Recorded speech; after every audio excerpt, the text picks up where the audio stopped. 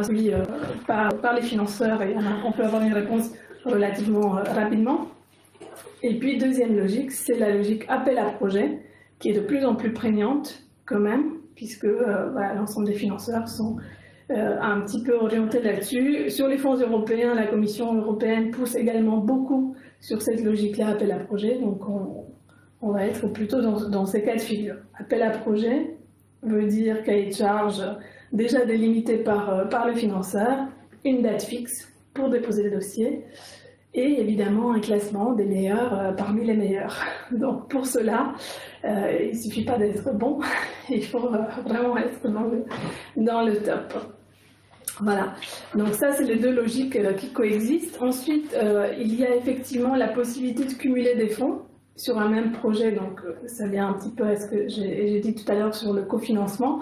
On peut évidemment cumuler différentes enveloppes en fonction de la nature du projet, du statut du porteur de projet, etc., sous certaines conditions, puisque tout ça, toutes ces aides accordées aux entreprises d'ailleurs, sont bien encadrées par la réglementation des aides d'État, qui est une réglementation européenne et qui s'applique à nous, même en France.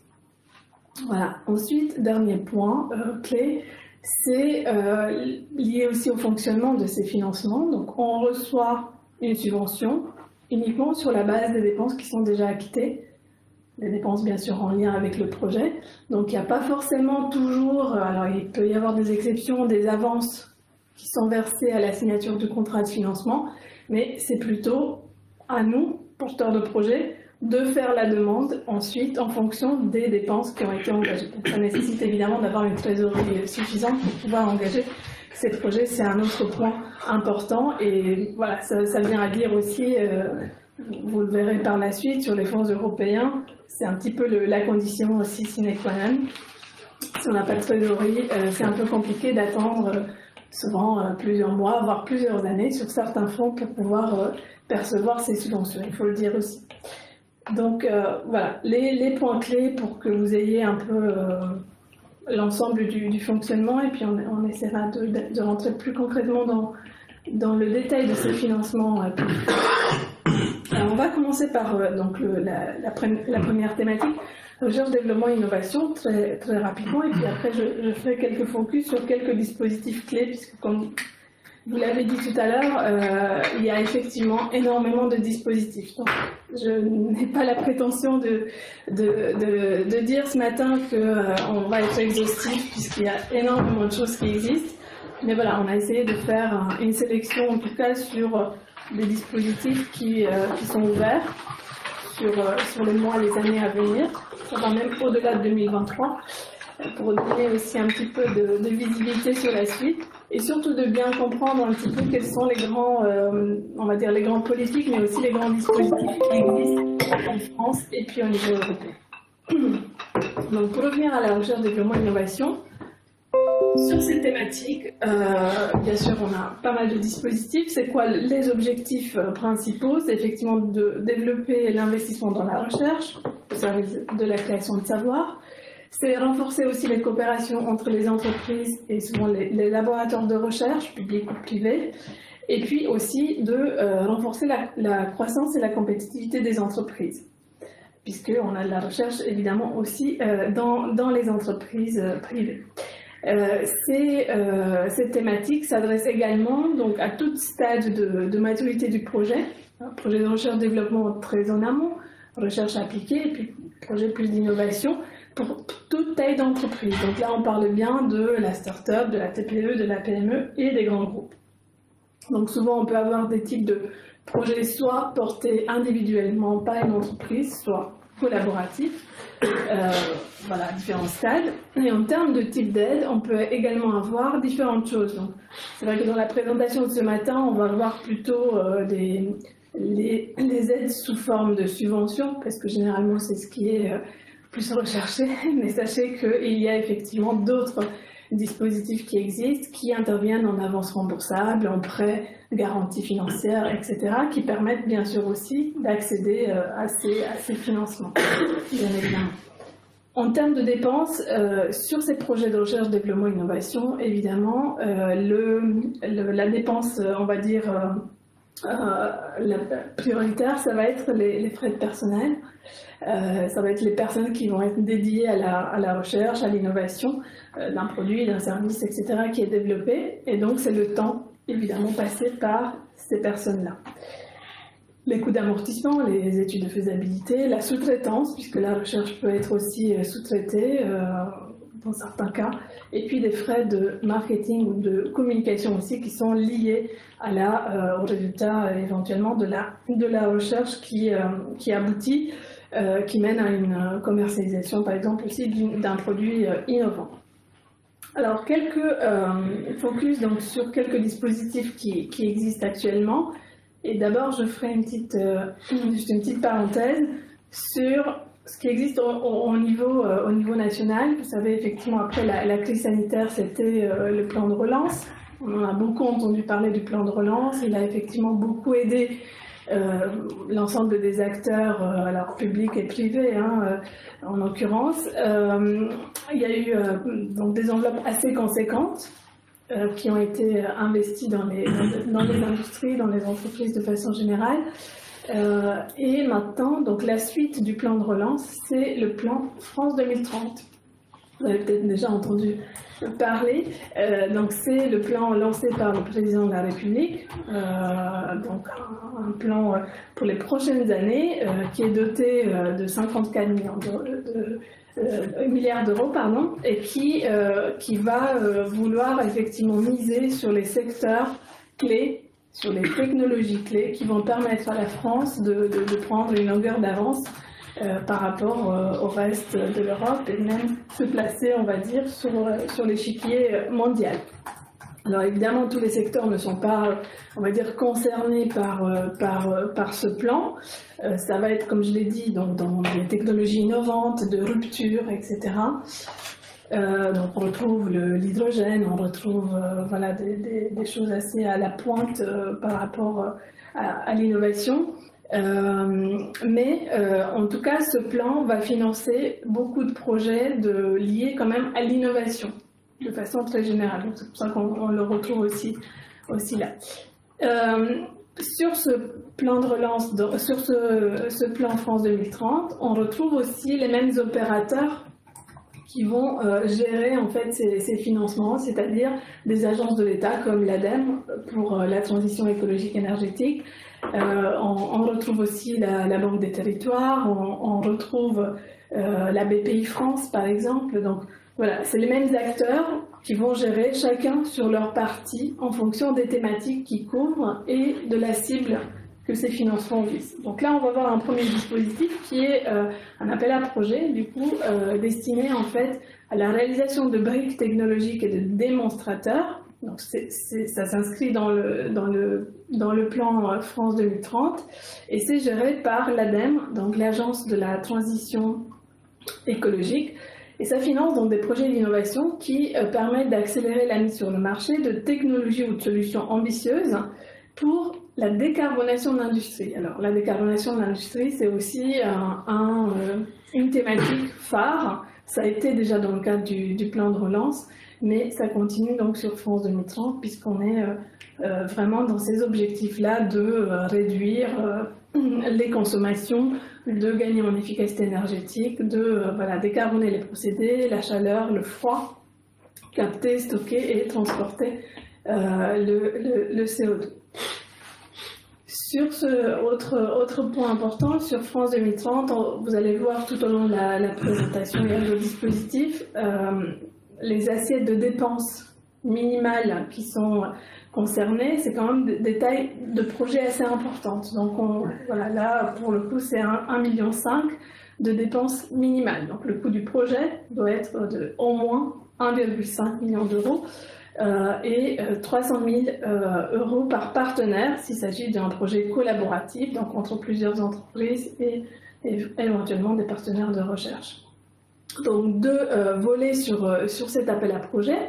Développer des briques technologiques et des démonstrateurs donc en projet individuel porté par une entreprise ou en projet collaboratif. Le deuxième volet, c'est la réalisation de premières industrielles qui associent vraiment l'offre et la demande Et là, on retrouve uniquement la possibilité d'avoir des projets collaboratifs.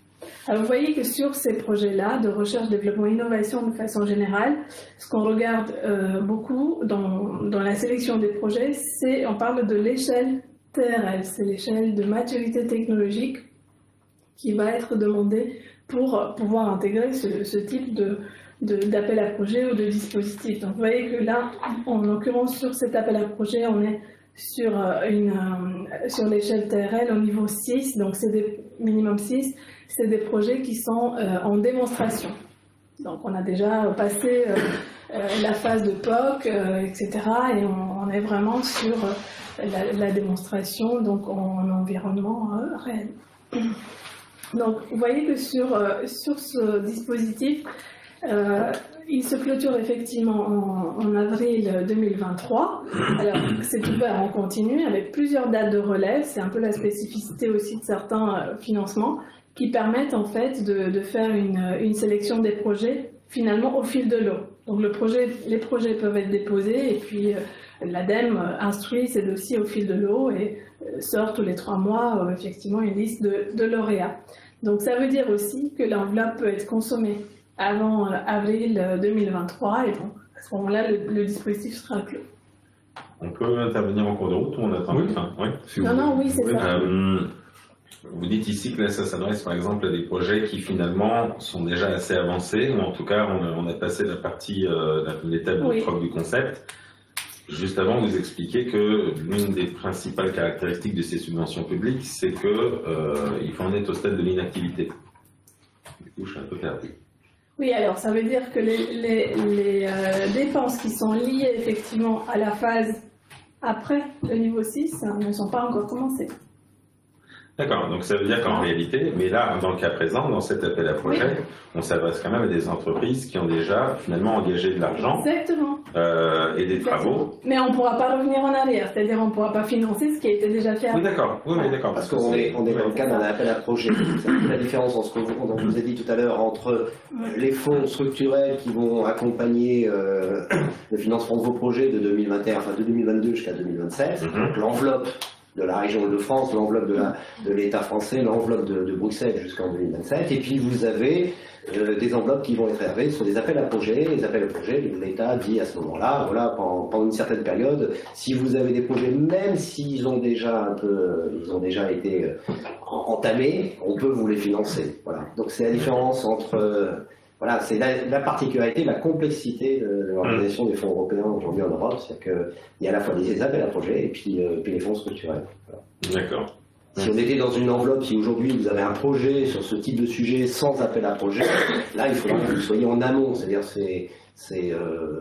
voilà, le projet il sera intéressant pour vous si vous avez commencé votre réflexion, vous avez des devis, vous avez déjà engagé des réflexions, mais vous n'avez pas comment consommer encore, vous n'avez pas dépensé de l'argent.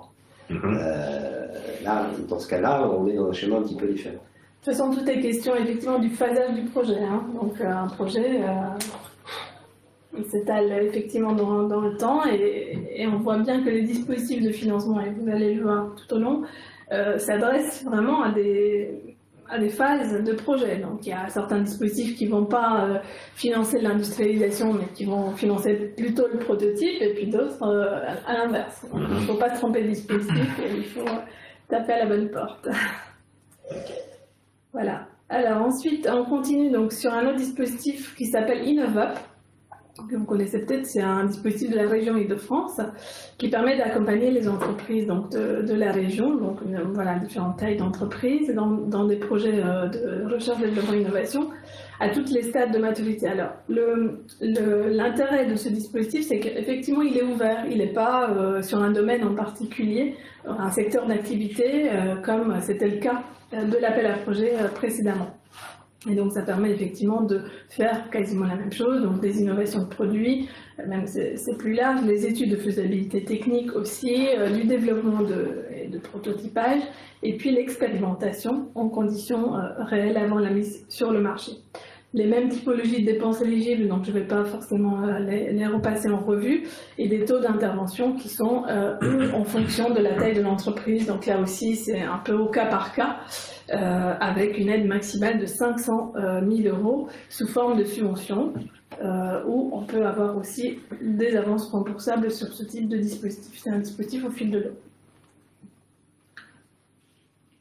Alors, autre enveloppe disponible, c'est le programme Investissement d'avenir. Lui aussi, pour la petite histoire, donc il existe depuis pas mal de générations. Il est PIA 4, on l'appelle aujourd'hui. Donc c'était en fait le programme d'investissement avant France 2030, avant le plan de relance. C'est le programme d'investissement d'État qui a été décidé par les présidents respectifs. Donc aujourd'hui, il est mis en place par la BPI France, en collaboration aussi avec la région, et puis les préfets, les préfectures sont également impliquées. Donc là, on est sur un appel à projet également avec plusieurs dates de relève possibles, puisque c'est un dispositif qui se ferme en 2025. Donc vous voyez, il est pluriannuel, donc jusqu'à fin octobre. Et ça finance donc des projets de R&D qui sont collaboratifs. Donc à minima 2 partenaires industriels, donc une PME, une ETI, mais ça peut être aussi un grand groupe, partenaires de recherche, et donc qui sont localisés soit dans la région, soit ça peut être effectivement dans d'autres régions distinctes. L'assiette de dépenses de ces projets, elle est comme sur le premier appel à projet, donc vous voyez assez conséquente, entre 1 million et 4 millions d'euros, avec des taux de subvention là aussi qui varient en fonction de la taille de l'entreprise. Là, on est sur la dernière phase des programmes d'investissement d'avenir. Pardon ? On est sur la dernière phase. Voilà, on est sur la dernière phase, mais parce que vous savez, effectivement, sur les programmes d'investissement d'avenir qui ont été entérinés il y a très longtemps, le France Relance plus le plan 2030, c'est vrai que oui, mais bon, il y a c'est toute la complexité de se retrouver. Mais bon. Ce qu'il faut savoir aussi, c'est qu'il y a beaucoup d'effets d'annonce aussi, et finalement, derrière ces effets d'annonce, c'est les mêmes dispositifs qui ont été souvent réabondés et ils ont pris une coloration France 2030, ni plus ni moins. Donc effectivement, vous voyez même sur le PIA 4, on met aujourd'hui France 2030, pardon, mais c'est ça, puisqu'on a réinjecté effectivement des enveloppes et il s'agit toujours d'innovation. Alors, on arrive effectivement sur les fonds européens. Donc, la particularité, effectivement, c'est que cette programmation européenne commence en retard, on l'a dit en introduction. Donc, 2021-2027, en réalité, ça va être plutôt 2023-2027.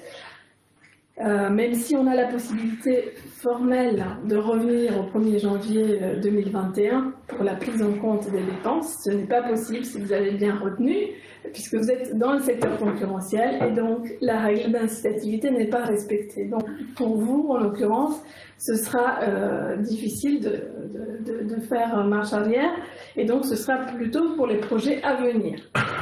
Donc, les fonds européens, il y a quelques fonds, et là on va parler de quelques fonds qui sont plutôt dédiés au développement régional. C'est pour ça qu'ils sont gérés par la région Île-de-France. C'est notamment donc la politique régionale de l'Union européenne, le fonds de cohésion, qui se met en place en fait avec les États membres et avec donc en France les régions qui sont autorités de gestion. Donc, ils ont une enveloppe sur 7 ans, normalement. Et donc, le programme FEDER de la région Île-de-France, donc FEDER pour Fonds européen de développement régional, vient d'être effectivement approuvé par la Commission européenne.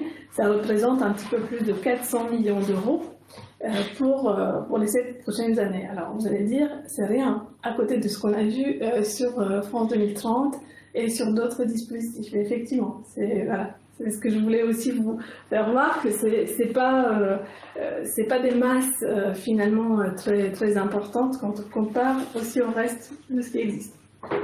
Alors sur ce programme FEDER, là aussi on a un des axes thématiques, une des priorités d'intervention, et c'est le cas pour toutes les régions en France et en Europe d'ailleurs, c'est le soutien à la recherche, développement et innovation. Ça a été plutôt dans la continuité de ce qui s'est fait sur 2014-2020. Donc c'est une priorité qui reste et qui va être encore plus importante. Qu'est-ce qu'on va soutenir dans le cadre de cette priorité? Donc c'est des grands projets de recherche, développement et innovation, mais surtout sur des filières prioritaires qui ont été définies par chaque région.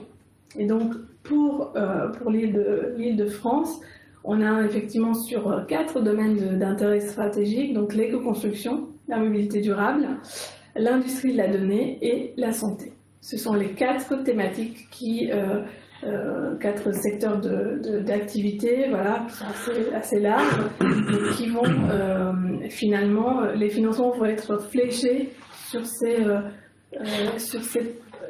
filières, en tout cas pour les projets de recherche, développement, innovation.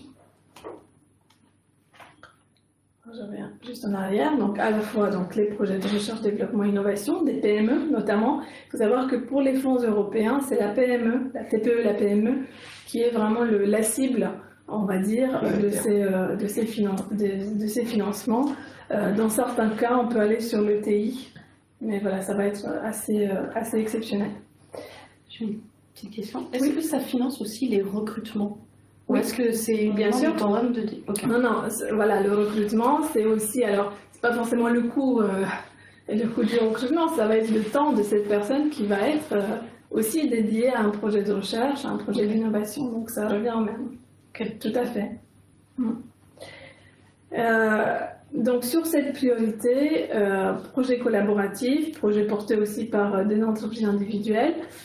Il ne faut pas oublier, et ça c'est peut-être de façon plus indirecte, ça vous aide aussi, c'est le soutien à des lieux d'innovation, à tout ce qui est plateforme de recherche structurante. Donc ça aussi c'est financé via des fonds européens, mais aussi tout ce qui est émergence et maturation de projets de recherche et d'innovation, et la France notamment aux incubateurs aussi. Donc sachez que ces plateformes-là, ces organismes-là sont également aidés dans ce cadre-là par des fonds européens. C'est pas une aide directe à l'entreprise, mais ce sont ces acteurs qui accompagnent tout l'écosystème en fait, de développement de ces entreprises. Donc voilà pour la première thématique, peut-être Jean-Luc. Oui, une petite parenthèse, comme on vous l'a dit Diana tout à l'heure.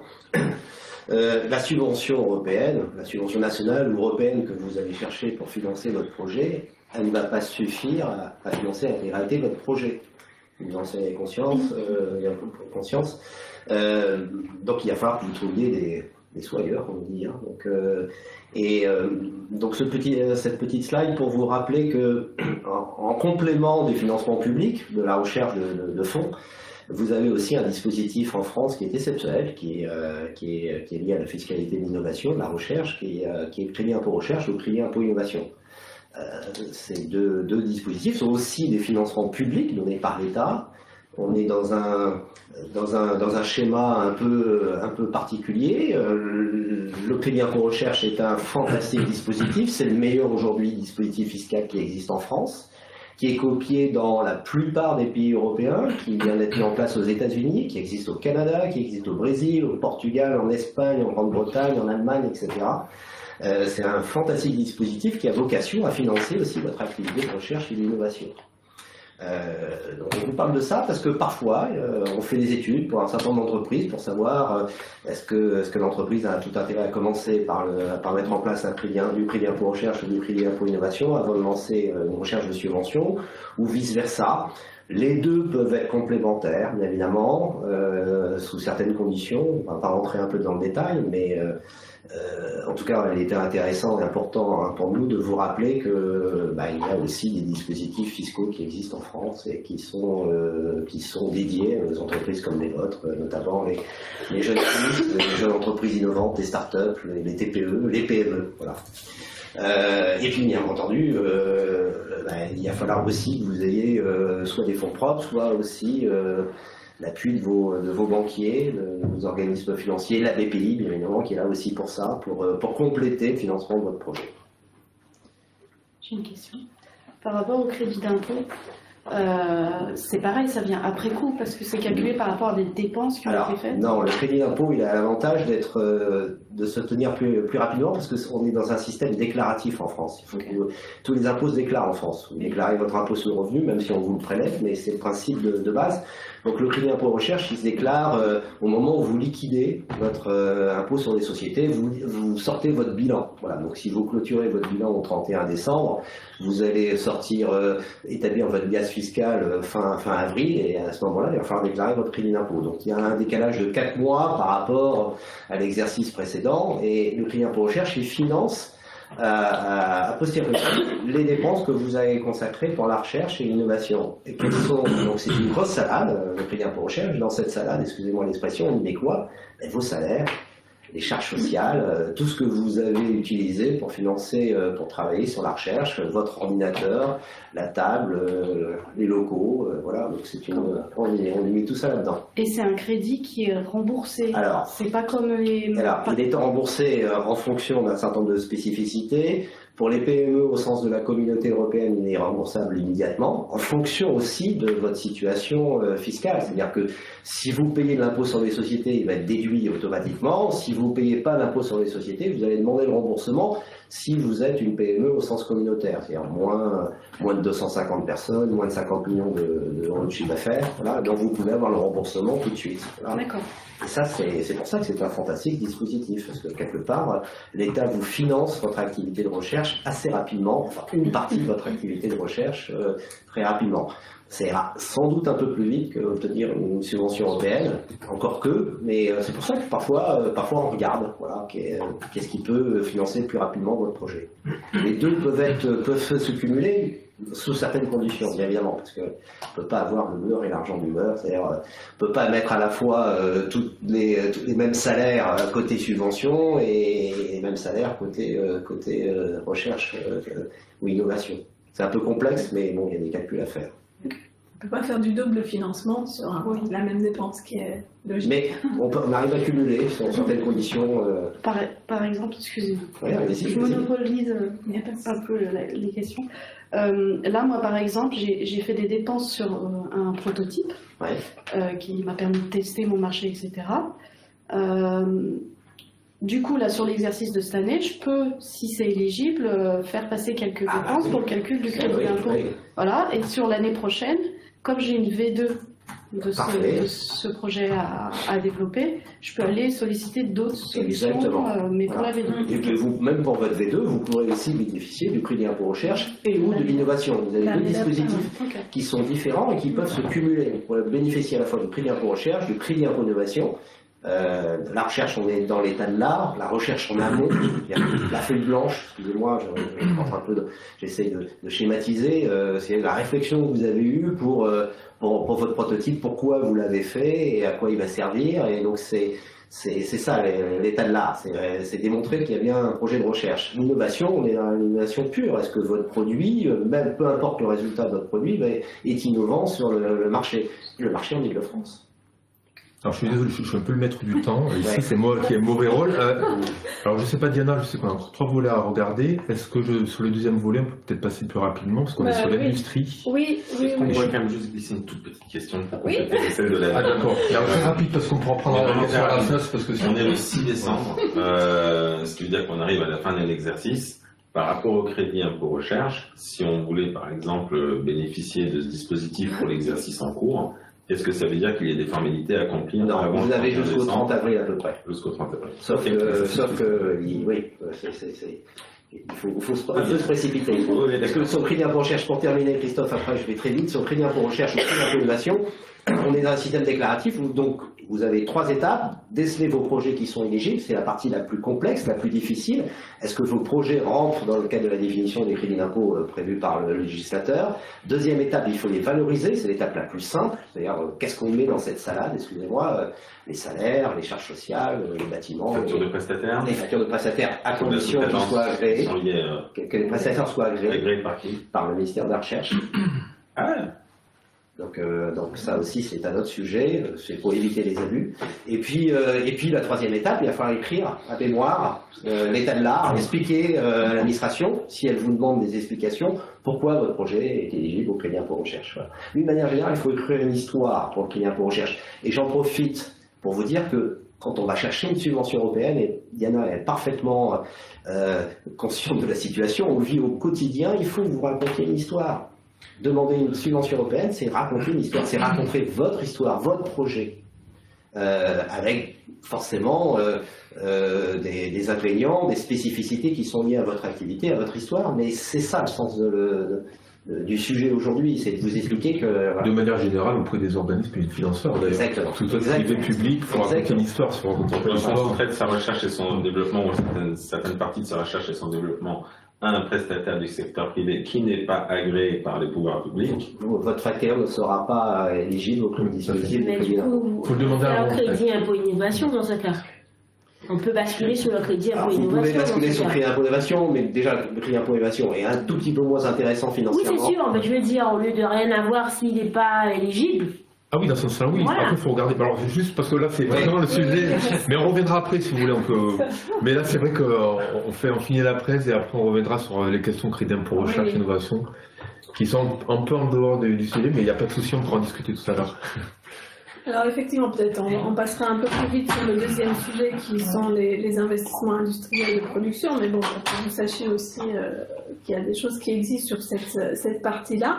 Donc là, on parle de quoi? On parle d'investissements capacitaires qui permettent d'augmenter les capacités d'une usine, par exemple, créer de nouvelles implantations industrielles, de la digitalisation aussi, donc comment intégrer les nouvelles technologies au sein de l'entreprise, diversifier aussi les activités, puisque dans l'évolution d'une entreprise, il y a forcément aussi de la diversification à un moment donné, aller vers de nouveaux produits, de nouveaux marchés, etc.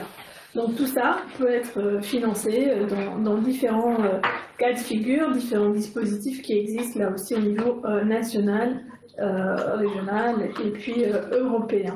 Alors, encore une fois, France 2030 avec sa panoplie d'appels à projets, puisque ça fonctionne effectivement que par appel à projet pour le moment, avec un focus donc sur un dispositif qui s'appelle Première Usine. Donc c'est quoi? C'est vraiment le lancement d'une première unité de production industrielle après une phase de prototypage. Ça peut intéresser peut-être parmi vous, ceux qui passent à l'étape, on va dire, suivante. Vous parlez tout à l'heure de prototype, mais voilà, c'est un peu la suite logique. Donc vous voyez que ces dispositifs sont quand même séquencés, encore une fois, comme je disais tout à l'heure, sur les différentes phases de votre projet.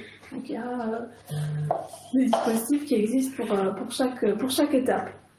Installation de lignes pilotes, mais aussi plateformes industrielles mutualisées. Ce sont des choses qui se font beaucoup dans le domaine de la chimie, par exemple, mais aussi aujourd'hui sur l'économie circulaire, typiquement, donc avec des collaborations entre plusieurs entreprises proches, on va dire, sur un même site industriel. Donc là aussi des assiettes de dépenses assez importantes, des critères donc, qui ressemblent donc, à ce qu'on vient de voir tout à l'heure, subventions et avances remboursables. C'est un mix, le modèle qui est proposé là. Et donc des guichets qui sont ouverts tout au long jusqu'en 2026. Donc, vous voyez, c'est une enveloppe qui est pluriannuelle avec plusieurs dates de relève effectivement de ces dossiers. C'est un appel à projet qui est plutôt orienté sur les entreprises qui sont vraiment très, très innovantes et qui sont en phase d'hypercroissance. Alors, un autre dispositif qui est lié effectivement au contexte actuel de la guerre en Ukraine, c'était un appel à manifestation d'intérêt qui s'appelle Résilience sur les intrants. Donc tout ce qui est matières premières, consommables, produits chimiques et puis des intrants agroalimentaires. Donc, évidemment, certains secteurs d'activité en France sont dépendants de ces importations et sont été affectés par la crise, par la guerre. Et donc dans le cas de France 2030, la BPI France Alors c'est donc cet appel à manifestation d'intérêt pour financer là aussi. Alors il n'y a pas que des investissements, il peut y avoir aussi des dépenses de recherche, développement, innovation également, et puis une partie sur l'efficacité énergétique, puisque quand on parle de ces matières premières, de ces consommables, on peut aussi être en phase de rechercher finalement des solutions alternatives à ce qui était importé pour pouvoir financer et développer des nouveaux procédés technologiques ou des nouvelles matières qui peuvent remplacer celles qu'on importait d'Ukraine. Donc c'est une clôture à fin janvier 2024.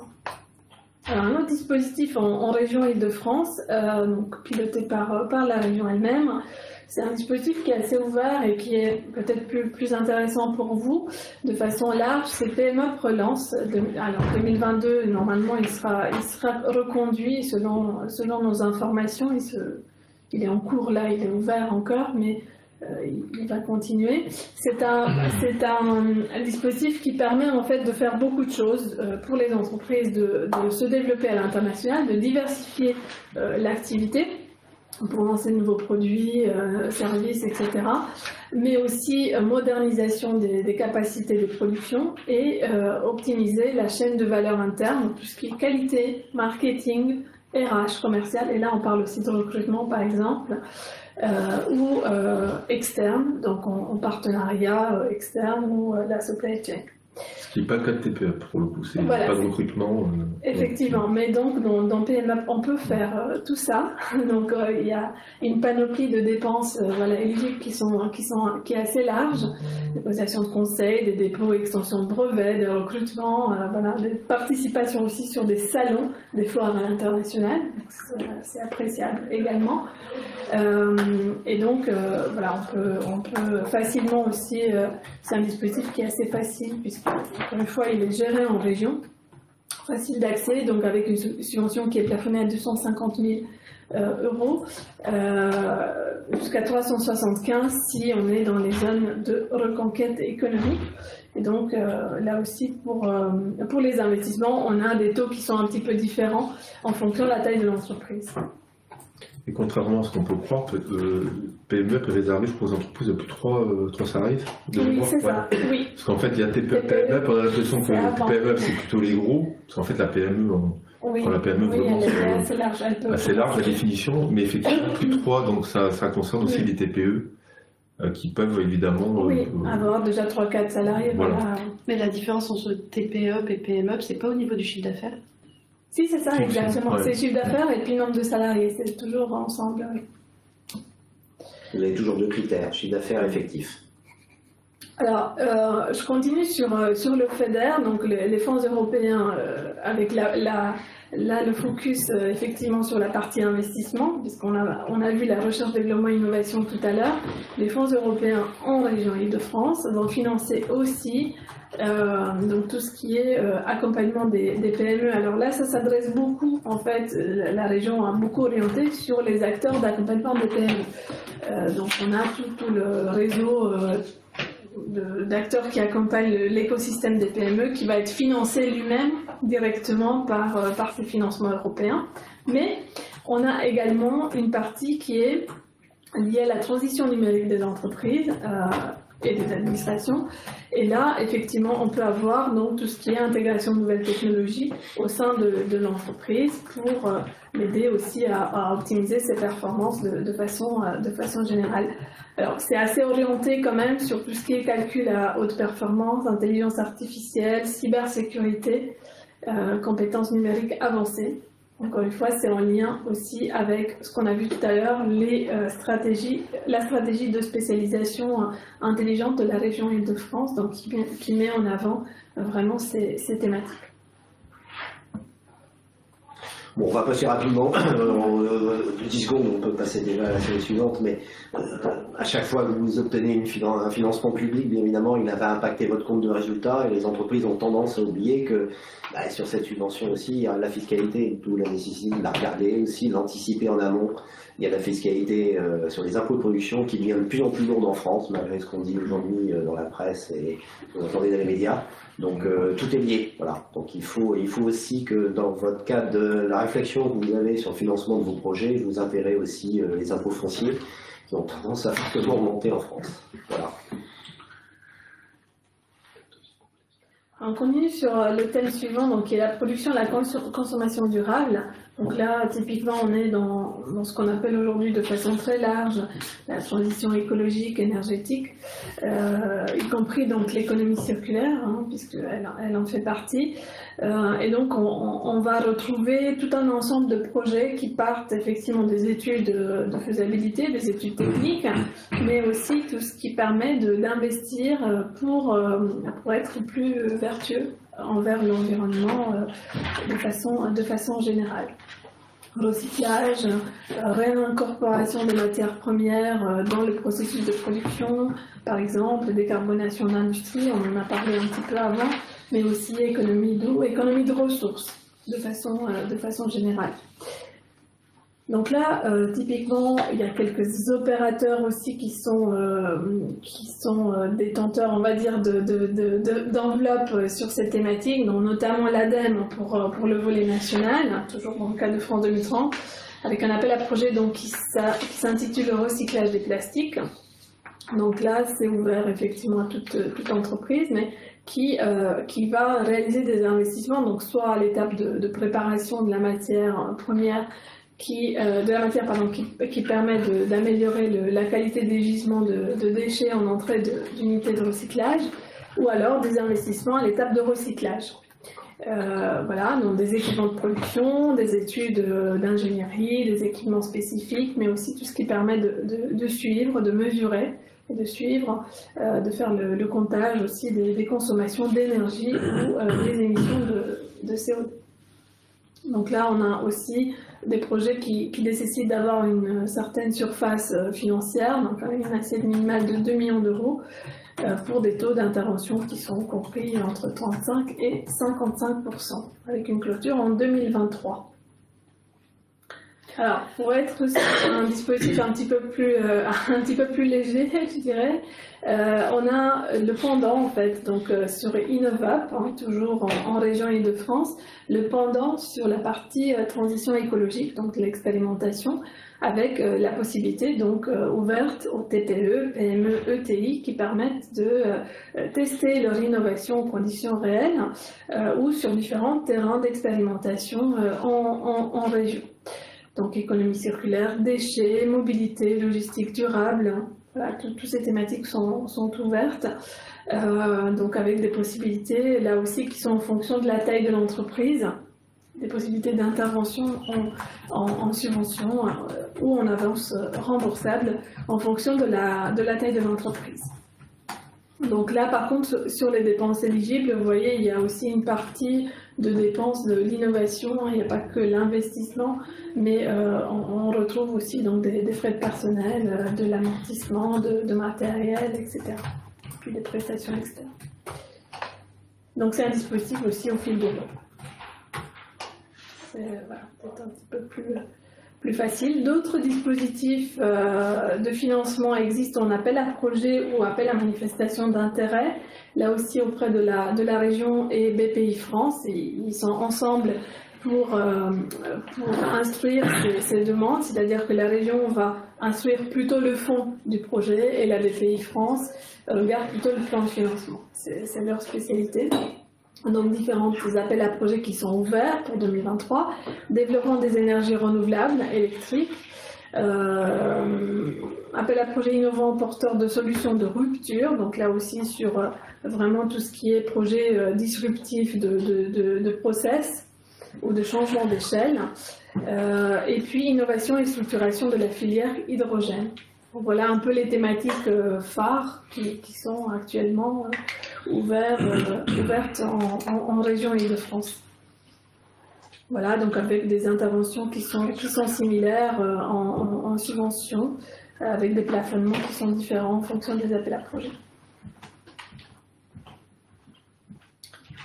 Alors, autre thématique, c'est l'économie d'eau, la réduction des pollutions. Il faut savoir que là, pour le coup, c'est un autre guichet, c'est les agences de l'eau, qui sont les interlocuteurs privilégiés des porteurs de projets.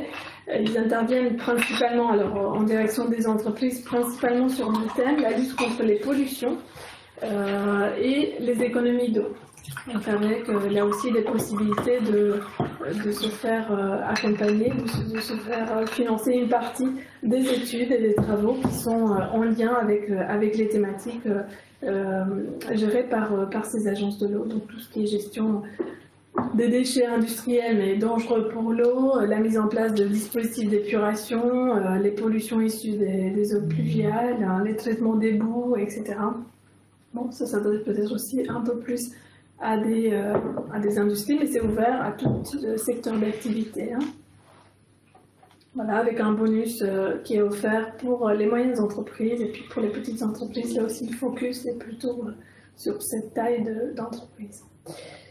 On ne va pas oublier les fonds européens, donc 2021-27, toujours le FEDER, sous son angle transition écologique et énergétique, avec une priorité très forte, puisque les fonds européens s'inscrivent sur cette période 2021-2027 dans le pacte européen vert, donc avec des objectifs assez importants en termes de réduction des gaz à effet de serre. Et donc en Île-de-France, la priorité c'est effectivement de promouvoir les énergies renouvelables, alors certaines, pas toutes. Sur 21-27, c'est aider la structuration des filières géothermie et hydrogène vert. C'est vraiment le focus est là-dessus. 14 millions d'euros qui sont affectés sur ces prochaines années. Et puis, deuxième partie, et ça c'est une nouveauté par rapport à 2014-2020, c'est favoriser la transition vers une économie circulaire dans l'utilisation des ressources, mais aussi pour les entreprises. Les entreprises n'étaient pas jusque-là couvertes par cette priorité. Sur 2014-2020, c'était uniquement les acteurs publics, les administrations, etc. Et donc là, on retrouve les PME comme cible en fait de ce soutien à l'émergence, au développement de filières de modernisation, des installations de valorisation de déchets pour les convertir en ressources locales. Donc tout ce qui est création de boucles en fait en économie circulaire, c'est également ouvert pour les entreprises. Donc 25 millions d'euros sur les 7 ans. Encore une fois, voilà, c'est pas des enveloppes qui sont très très importantes, mais elles ont quand même, elles sont là. Donc elles viennent d'être ouvertes, voilà. Vous savez qu'il y a des régions sur le précédent plan 2014-2020 qui n'avaient pas consommé tout leur budget, toute leur enveloppe. Alors l'Île-de-France, les consommations vont un peu plus vite parce que le tissu économique est plus dense, mais c'est pas parce que les montants sont faibles qu'il faut hésiter, il faut se poser des questions. Est-ce que c'est pas pour moi? Non, il faut y aller. Vous avez un projet, n'hésitez pas à aller taper aux portes. Bon, rapidement, pour vous dire que même chose que sur ce que je vous disais tout à l'heure, bien évidemment, si vous travaillez aux charges énergétiques, si vous allez chercher des fonds sur la partie énergétique, sur les consommations d'eau, d'électricité, vous aurez aussi des impacts sur d'autres sujets. Et vous savez qu'il y a la fiscalité énergétique qui prend de plus en plus importante. Vous prenez votre facture EDF aujourd'hui, au dos de votre facture, vous avez des taxes qui grimpent, qui représentent pratiquement 25% de vos factures. Donc tout est lié, ça se regarde. Il y a même aussi des aides énergétiques sur cette partie fiscalité.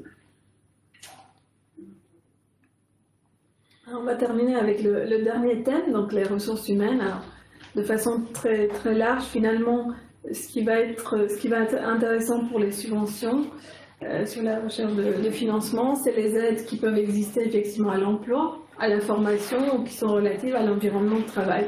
C'est un petit peu voilà le focus qu'on a pu faire. Alors sur l'emploi, on a parlé tout à l'heure de recrutement, bien sûr. Donc il y a des aides qui sont dédiées effectivement au recrutement de nouvelles compétences au sein de l'entreprise. Et vous pouvez avoir des dispositifs liés à ça. Donc une subvention qui est accordée pour le recrutement d'une personne en CDI, etc. Également, et ça on l'a vu, les coûts peuvent être pris en compte sur des projets en particulier dès lors que les personnes sont dédient une partie de leur temps ou 100% de leur temps à ce projet en question. Donc on peut effectivement faire valoir aussi, valoriser le temps passé.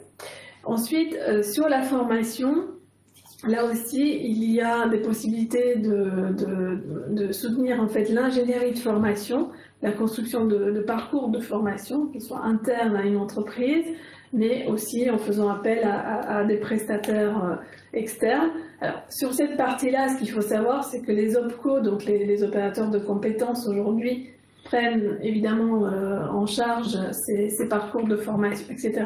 Et c'est eux-mêmes qui vont être financés via les financements publics qui existent. On a parlé tout à l'heure un peu du Fonds social européen. Donc c'est un dispositif aussi qui est géré en partie par la région Île-de-France. Mais en dehors de ce fonds-là, il y a d'autres dispositifs sur lesquels, effectivement, les opérateurs de compétences vont eux-mêmes recevoir les fonds pour pouvoir financer la prise en charge donc, de formation en entreprise. Ce qui existe sur le Fonds social européen, là ça apparaît pas forcément au slide, c'est un petit peu plus marginal vis-à-vis des entreprises, mais c'est plutôt la formation des personnes qui ont vraiment un bas niveau de qualification, ou les personnes qui sont en demande d'emploi, par exemple, donc les personnes inscrites au Pôle emploi, etc. C'est plutôt ce public-là qui va être visé par le Fonds social européen. Donc, alors que vous recrutez quelqu'un qui est dans ce cas de figure, la personne en question peut aussi bénéficier de certaines aides dans ce cas de figure. Également sur tout ce qui est santé au travail, sur l'égalité salariale et professionnelle, la lutte contre les violences sexuelles, le harcèlement en entreprise, ce sont aussi des choses qui sont financées via des dispositifs très, très particuliers. Voilà très, très rapidement sur ce volet-là, parce que je n'ai pas de focus précis à vous donner en Île-de-France, en tout cas, donc je parlais plus de façon générale. Même chose que tout à l'heure, il y a beaucoup d'aides qui sont données aujourd'hui sur la partie cotisation sociale. Vous connaissez l'aide aux apprentis, qui est de 8 000 € aujourd'hui, qui va passer à 6 000 € pour votre information. Donc il a l'année prochaine. Et la prochaine, oui. Oui, c'est reconduit, mais l'enveloppe est un peu minorée. Ouais.